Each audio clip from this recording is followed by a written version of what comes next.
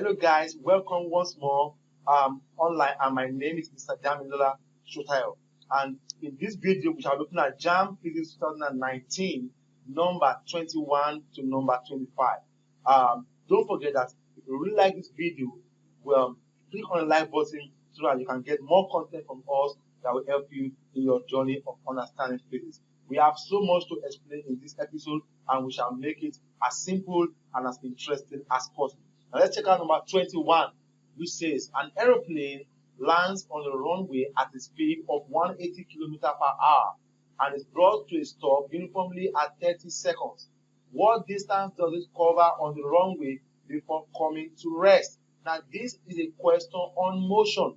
Okay, now he's talking about the speed of an aeroplane. That's, I'm saying kilometer per hour, that's velocity, that's speed. Then it's brought to rest after, and that's time. 30 seconds is time. Is time, please. Then we have to find distance. So this is just talking about velocity, time, and distance. So therefore, we'll just catch that now. Now look at my aeroplane flying. Now this aeroplane went through a movement. That movement can be displayed because it's motion. You have to display it on a velocity time graph. So that's velocity time graph can answer this question, because this is a question on motion, and motion ends with a velocity time graph. So using a velocity time graph, I have this. I have my velocity 180 km per hour this way, and that's this way. Then I have my time 30 seconds below, okay, this way. Now to be able to find distance on a graph like this, distance is the inner part of the shape. You know, this way and this way form a shape triangle, a triangular shape, right? It forms a triangular shape. Now, when you have this kind of motion, you must draw. Without drawing, you can't really answer the question. So it's really asking you to draw a velocity time graph and demonstrate that you understand what is called distance. So distance is the area of the shape you have drawn. That's what it's found. Distance is the area of the shape. That means the part inside the shape, which is the shape itself is a triangle. So the part inside the shape is the area of the shape. So distance is therefore area of the shape formed. That's the way it is answered. Is d equals 1/2, base is 30, and my height, that stands for the velocity, 180 km per hour. But it shouldn't be kilometer per hour. It's a trap. Now, velocity is not found in kilometer per hour. It is meter per second. So you have to change kilometer to meter by 1,000. Then hour to second by 3,000. So that's 60 minutes, then 60 seconds. So that's 60, that's 3,300. You know, 60 seconds make 1 minute, 60 minutes make 1 hour. So two steps to get hour to second. That's 60 times 60. That's making 3,600 seconds. Okay, so I've changed the kilometer to meter by multiplying by 1,000. Then hour to seconds by multiplying by 60 and 60. That's 3,600.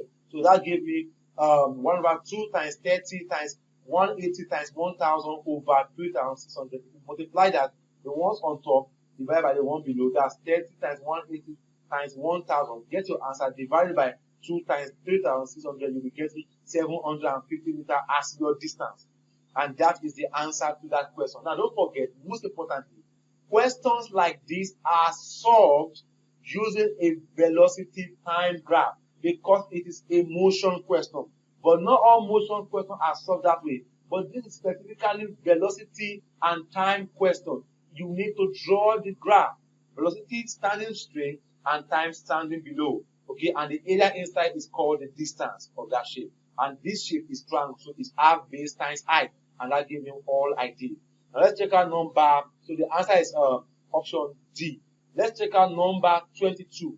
Number 22 says in the circuit diagram, please calculate the current in the 12 ohm resistor if this cell has an em.f of 12 volts and an internal resistance of 1 ohm. Now look critically at this question. This is just a circuit, and you can see that the circuit is in parallel. That is parallel means 12 ohm on top, 6 ohm below. If they are standing on themselves, that's called parallel connection. So that means the resistors are connected in parallel. Okay, now the way you calculate the parallel, the resistance in parallel is different from the way you calculate the resistance in series, right? If you have a question talking about two resistance, external and internal, you know automatically that it is talking about this formula. E equals I R plus R. And that is the formula that answers any question on external and internal resistance. So let's talk about this now. Now we have to find the current, right? Calculate the current. So current is equal to E over R plus R. Where my E, you know, my E equals 12 volt. That's my EMF.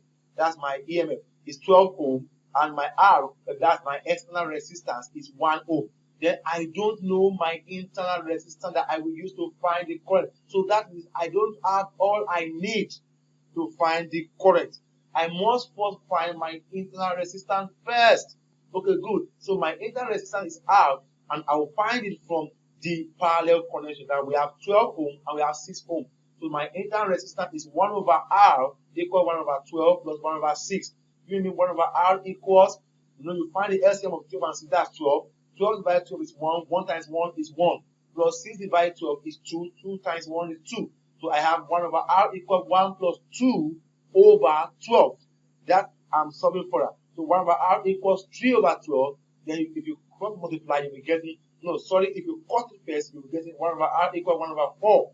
If you cross multiply, you'll be getting R equals 4 ohm. So that it says your resistance that you are looking for is 4 ohms. Okay, since your resistance is 4 ohm, then put it to the formula to find your current, which we are told to find. So current is E over R plus R, right? External resistance plus internal resistance.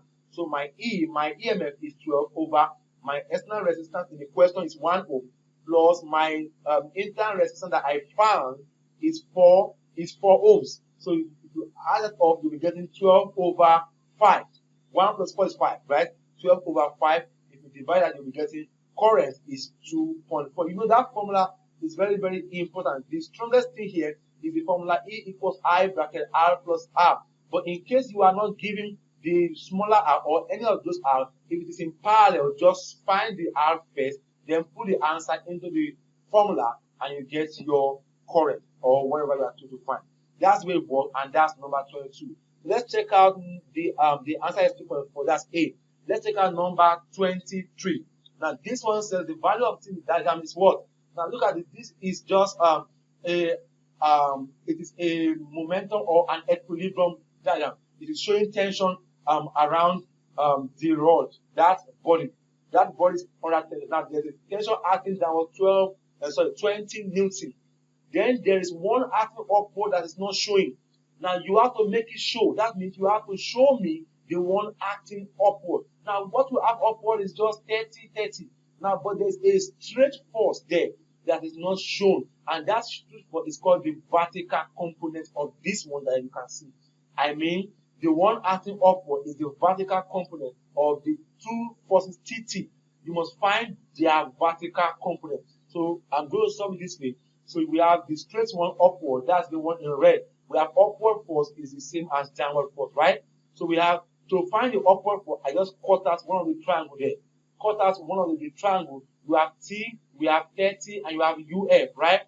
Where my UF, okay, that's my upward force is equals to, we have sine 30 equals upward force over T. You know, from circle to a sine is equals to upward, that's UF, over hypotenuse, that's T. So sine 30 equals UF over T. So therefore my upward force, which is my UF, my upward force is T times sine 30, right? That's the answer for my upward force. Now since it is two-sided, so we have double of it. We have 130 here, we have 130 here. So it becomes 2T sine 30. That means double of the T sine 30. That means double of the upward force. Give me 2T sine 30. Of course, sine 30 is 1 over 2. So we have 2T bracket 1 over 2.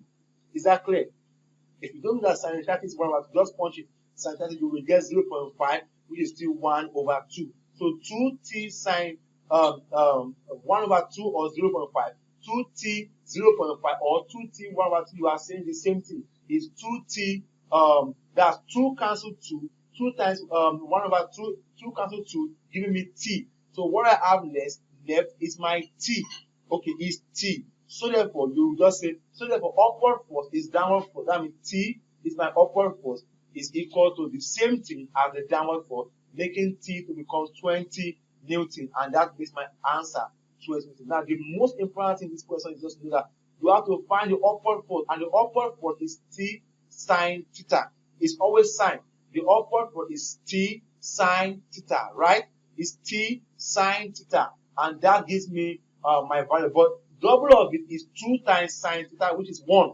So T1 is T, okay? Then T equals the downward force, which is 20 Newton, and that's all we have to do there. So that's answer number 23, and the answer is therefore supposed to be option C. Option C. Now let's check out number 24. 24 said, at what respective value of XYZ would the unit of force, the Newton, be dimensionally equivalent to M? Something is missing there, is hidden there, L, Y, and TZ. Now, we are just going to find the value of, in the dimension of Newton, Newton, right? What will be the powers of that dimension? So that means what will be on the M, on the L, and on the T. Okay, good. So don't forget that most importantly, Newton is the unit of force, right? And force itself has a formula that says mass times acceleration. So mass is measured, the SI unit for mass is kilogram. The SI unit for acceleration is meter per second square, right? So those are the SI unit for force. Kilogram meter per second square. Now, you must now find the dimension. Now, who is the owner of kilogram? Whose SI unit is kilogram? That is mass. So I have my M. Then for meter per second square, whose SI unit is meter? That is length. Then seconds is time. That is how we find dimension. We first find the SI unit, then we change it to the dimension. Okay, so I have MLT minus 2, right? So what's my M? My M is raised to power nothing, that's 1. That's actually not nothing, that's 1. Then L is raised to power 1 also. So that's invisible one. M1, L1, T minus 2. So those are the values we are looking for. 1, 1, minus 2. And those are the powers of the dimension, making option C the correct answer. That's quite straight, right? So let's talk about the last one for this video. It says a 500 watt heater was used to heat 0.6 kilogram of water from 25 degrees Celsius to 100 degrees Celsius in T1 seconds. If another 1000 watt heater is used to heat 0.2 kilogram of water from 10 degrees Celsius to 100 degrees Celsius in T2 seconds, find T1 over T2. So what it is saying is that you need to find T1 first, then divide it by T2. But what is on T1 is time. Now you can see what you can see there. What you can see there is just temperature and power. Now don't forget, it's talking about heater. So now if you are talking about heater, you are talking about heat energy. And heat energy has a formula which says MC theta, MC theta 2 minus theta 1. Anything heat is MC theta 2 minus theta 1. But there's something called electric heat energy. And that has a formula that says power times time. Now you must know, what I'm saying is that if you have a question that is showing you temperature and heat, you know it is MC theta 2 minus theta 1. Under this, the topic specific heat capacity. You know, this is what we learned. The first formula I have here, heat is equal to MC theta 2 theta 1, is from specific heat capacity or heat capacity as a topic. Okay, that was where we learned it. But under electric energy, we learned also that heat can also be defined as power times time. So if I fuse both, I'll be getting heat as power times time equals M theta 2 minus theta 1. Now you'll be wondering where's my C, because there's no C in the question. I just made that C a constant, and that means it's 1. So therefore the C is no more reflecting in my formula. So I have, because C is not in the question, so I have power times time equals M change in temperature, that's theta 2 minus theta 1. So I'm supposed to find time, right? So I will say time therefore is equal to time 1. The first time is therefore M bracket change in temperature over power. Now from the first time, we have our mass as 0.6 kilogram. That's 0.6 times the temperature 2 is 100, please. That's 100. Okay, that's 100 minus the temperature minus the temperature 1, which is 25, over the total power, and which is 500 watts. So if you minus that, you'll be getting 100 minus 25 is 0.6 times 75 over 100. If you times and you divide, you'll be getting 0.9 for your time 1. Now let's solve for time 2 now. Now P times T2 equals mass times change in temperature, right?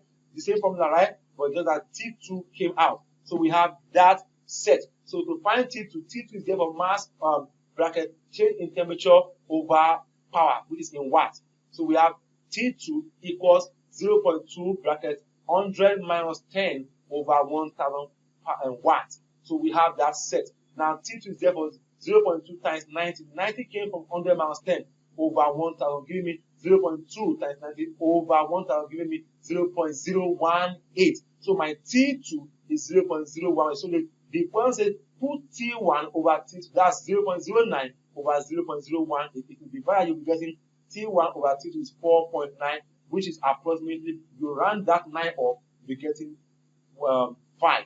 That is your answer. Okay, so that's how to go about calculating this kind of question. Now, don't forget the most important thing is the formula here now. It says heat is equal to MC change in temperature, but in this case there is no C, so N need the C. Then don't forget that that same heat can also be power times time. So there are two formulas for heat that we saw here. Power times time is heat. Also MC theta 2 theta 1 is also heat, and that brings us to the end of this video. Don't forget to like to click on the like button if you really enjoyed the video, so that we can get to you next time. Take care of yourself and bye for now.